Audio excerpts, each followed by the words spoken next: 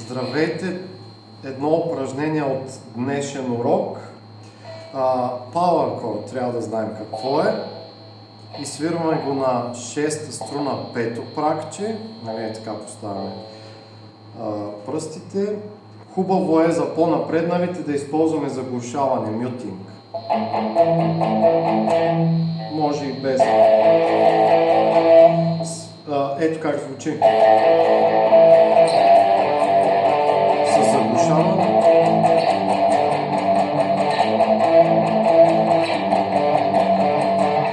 Какво представлява? Свирим, нали, power chord на 5-то пракче, 6-та струна.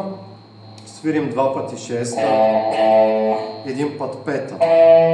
После повтаряме същото 2 пъти 6-та, 1 път 5-та и след това свирим 6-та, 5-та.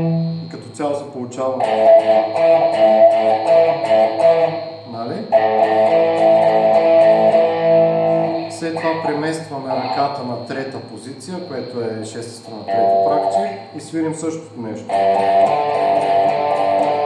2 пъти 6-та, 1 път 5-та, 2 пъти 6-та, 1 път 5-та, 1 път 6-та, 1 път 5-та. И това е целият риф. Нали, в него са включени много неща, които се изискват.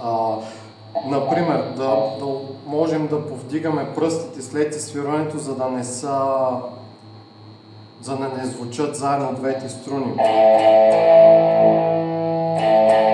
Това е когато звучат двете струни заедно, а това е когато ги спирам, като дигам пръстите от струната.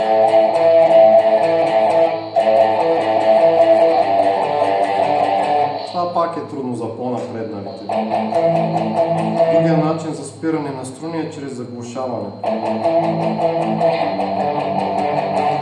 Има и още по-адвенст напреднал начин за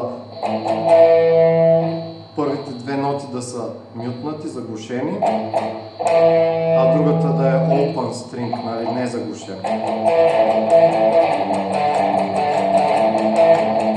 Се получава акцент. Също може да добавим и този пръст тук на 4-та струна, 5-то пракче.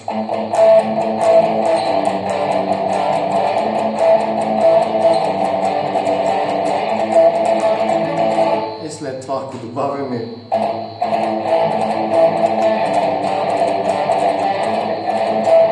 мале, не мога да го направя.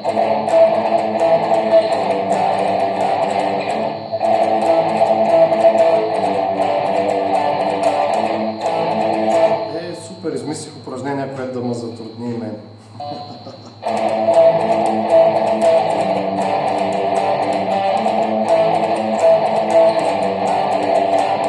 Добре, това няма да го обяснявам.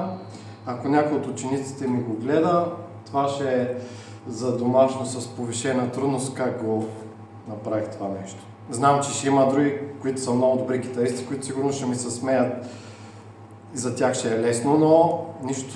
Бъдете снизходителни към учещите се. И така, приятен ден и хубава музика. Благодаря, че гледахте до края.